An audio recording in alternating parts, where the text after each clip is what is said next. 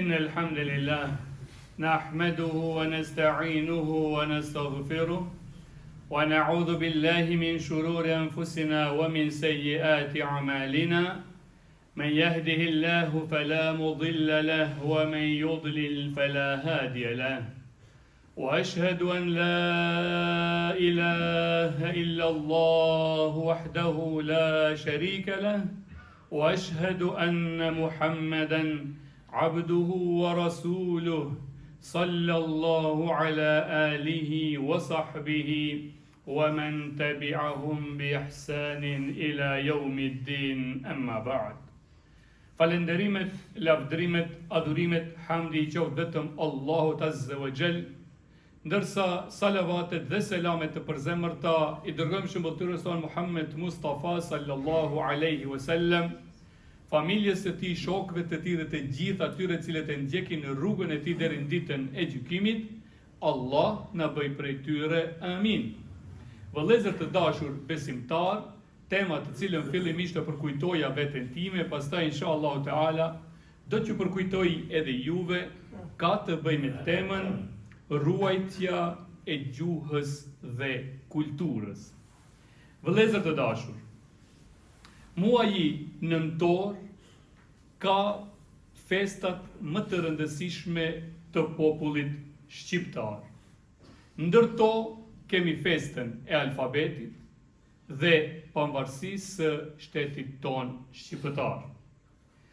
Vëllezër të dashur, Allahu I lartësuar I krijoi njerëzit dhe I ndau ato në popuj dhe fise. Bëri raca të ndryshme, mirë po këtë dallim mes njerëzve e bëri Allahu vetëm për të njohur njëri me tjetrin, për të jetuar si shoqëri njerëzore në paqe, në siguri, në harmoni. Dhe në asnjë mënyrë nuk na veçoi Allahu një popull nga një tjetër dhe ta merr si alibi specifikën e tij të racës, gjuhës, kulturës që të mbizotroj një popull tjetër. Në asnjë mënyrë nuk jemi të ndryshëm si shoqëri njerëzore që një popull, një fis ta torturoj një fis tjetër. Në asnjë mënyrë nuk na krijoi Allahu ndryshe që një popull ta luftoj dhe të masakroj një popull tjetër, por se na bëri të ndryshëm vetëm për një qëllim, që të njihemi në mes veti dhe të gjithë si qenje njerëzore, si shoqëri njerëzore të jetojmë në paqë. Argument për këtë që e thash, kemi ajetin Kur'anor ku Allahu Gjelleshanu thot: Ja ejuhen nas, o ju njerëz, inna khalaqnakum min dhakarin wa untha, ju krijuam nga një mashkull dhe një femër që është Ademi a.s. dhe Hava. Wa ja'alnakum shu'uban wa qabaila lita'arafu. Ju krijuam në popuj dhe fise, në raca të ndryshme e kështu me radhë, lita'arafu, që të njiheni njëri me tjetrin, të jetoni bashk njëri me tjetrin, të jetoni në harmoni si qenje njerëzore.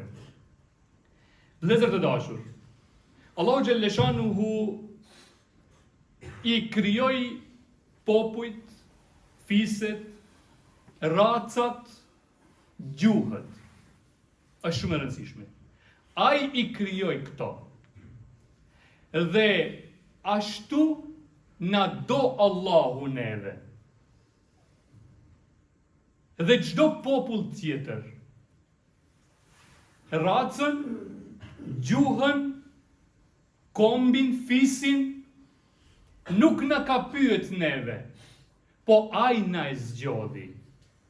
Por atë, ne duhet ta vlerësojmë dhe ta ruajmë si dhurat të Allahu Gjelleshanuhu. Për këtë, Allahu në Kur'an thot: "Wa min ayatihi khalqus samawati wal ard." Nga argumentet shenja të Allahut është krijimi i qiejve dhe i tokës. "Wa ikhtilafi alsinatikum." Dhe krijimi i gjuhëve të ndryshme. Njëri flet anglisht, njëri flet shqip, njëri flet arabisht, njëri turqisht, njëri ku ta diun çfarë, gjermanisht. Këto janë argumente të Allahut. Pra Allahu ka caktuar, ai neve na pëlqen kështu. Wa alwanikum, dhe ngjyra, raca juaj është argument i Allahu Gjelleshanuhu. Inne fi dhalike la ajati lil alimin. Vërtet, këto janë fakte për njerëzit me dije të shëndosh. Për atë, në veçanti e përmend Allahu gjuhën. Kështu që edhe ne na zgjodhi gjuhë ta kemi gjuhën shqipe. Dhe ne duhet ta ruajmë dhe ta mbrojmë atë.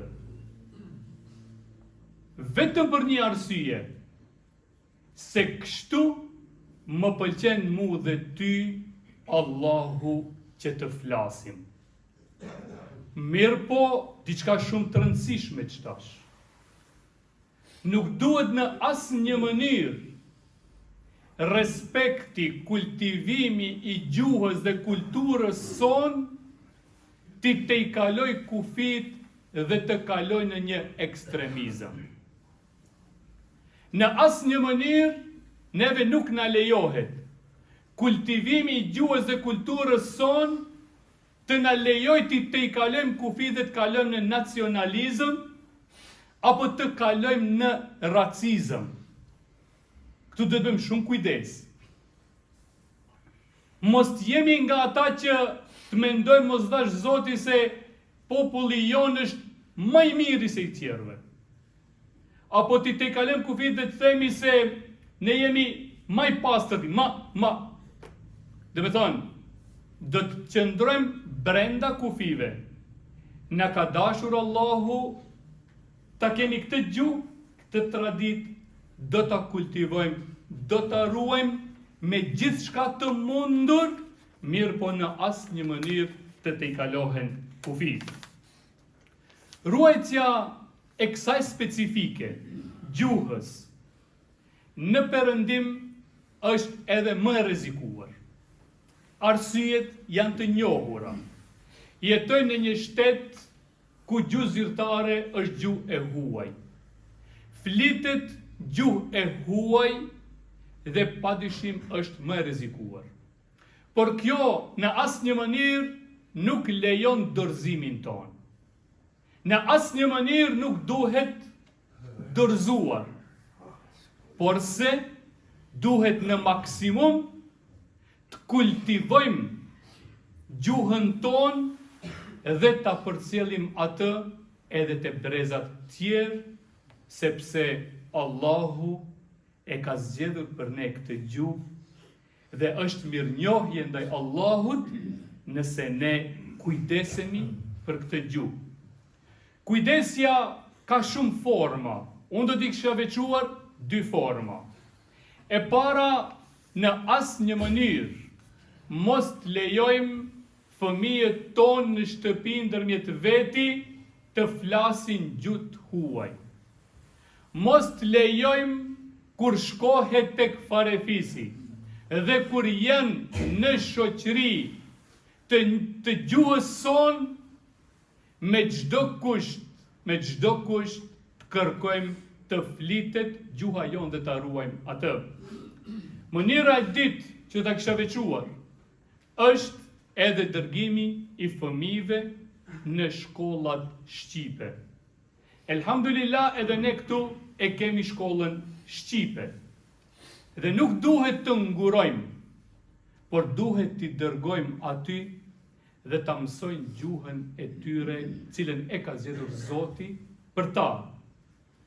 Unë kam vajzën e dërgoj në atë shkollë në Lerchenfeld.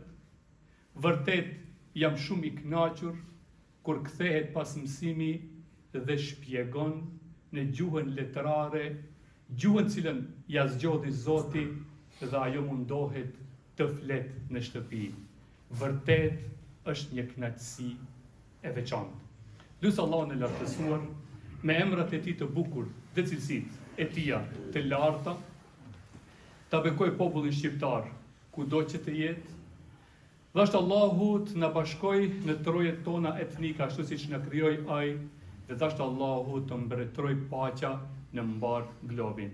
Amin. Aqulu qawli hadha, astaghfirullah li wa lakum wa li jami'il muslimina min kulli dhanb, fastaghfiruhu wa tubu ilayh, innahu huwa at-tawwabur rahim. Bani istighfar Allahun jalla sha'nuhu.